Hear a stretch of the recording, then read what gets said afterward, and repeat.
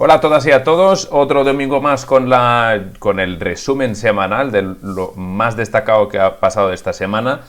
Esta vez vengo con otra cosa, no lo típico de comentaros los jobless claims, que de hecho, que obviamente también han subido 55.000, es decir, que hay más personas que están consultando la petición del subsidio, pero también hay que tener en cuenta que ya está terminando la temporada de invierno, de navidades, etcétera, entonces también es obvio que algunos puestos de trabajo se están desocupando. Esta semana quiero comentaros otra cosa por la situación que estamos viviendo, ya no solo, y ahí voy a hacer el primer clip, del TNX, es decir, que ya está por debajo de la zona de los 1,76, habrá que ver y esperar cómo se va a comportar la próxima semana, pero lo bueno es que ya va retrocediendo, pero aún no se ha notado mucho en el mercado, ¿de acuerdo? Hay otra cosa esta semana y eso hay que, obviamente, pues tenerlo un poco en cuenta, la posible, digamos, desacuerdo de Rusia con Ucrania, y hay el miércoles por la tarde, el miércoles salió a la luz que Estados Unidos iba a vender armas sin problema, y esto puede causar algún conflicto, o ese miedo de que pueda causar un conflicto inminente, pues obviamente puede hacer un poco más el sell-off del que vivimos estos días, ¿de acuerdo? De ahí pasamos a lo que son los gráficos del S&P 500, está tocando la M200, claramente de momento ya bajista por lo que es el método por debajo de la M70, porque ya hizo el cruce inverso de la M6 a la M70.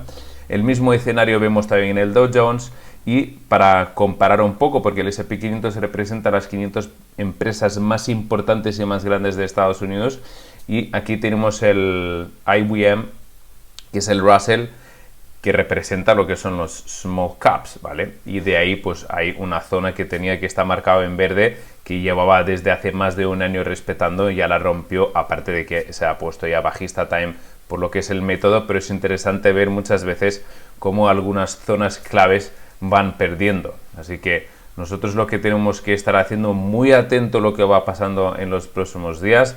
Todos los sectores, ya no solo el sector, digamos, tecnológico se está llevando lo suyo, así que mucha precaución. Todos los demás, de hecho que parece que el índice, ¿no?, que mide un poco el miedo del pequeño inversor, está en zonas más bajas que en 2020 cuando comenzó el COVID.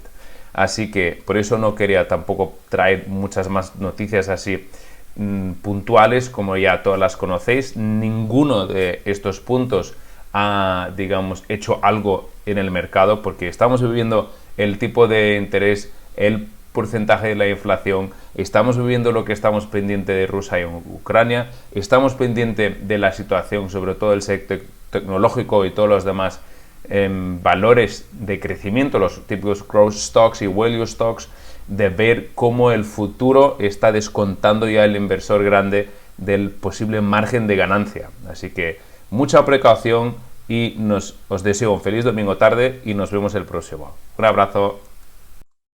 Hola, muy buenos días. Bueno, después del resumen de noticias más importantes en el mercado americano, vamos con lo que toca en los mercados europeos esta semana. El lunes da datos macros, como suele ser habitual después del fin de semana, no suele haber.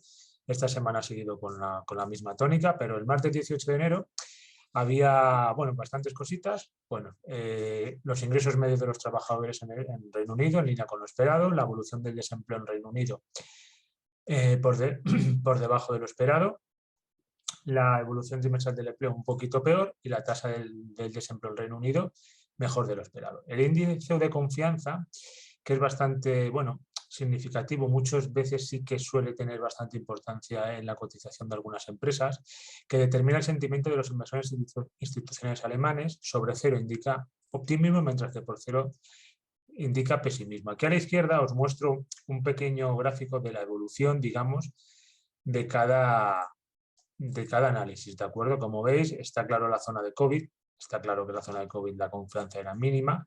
Una vez que ha ido superando, donde a finales, digamos, en la zona de verano y finales de 2021, pues fue positiva, y parece que con todo esto que sale, pues bueno, pues de problemas de suministros que parece que China con sus medidas anti-COVID está restringiendo. El tema de la inflación pues va sumando un poco y de aquí de que la actual pues sea un poquito negativa, ¿de acuerdo? Y el mismo índice de confianza inversora en la zona euro pues mejor de lo esperado.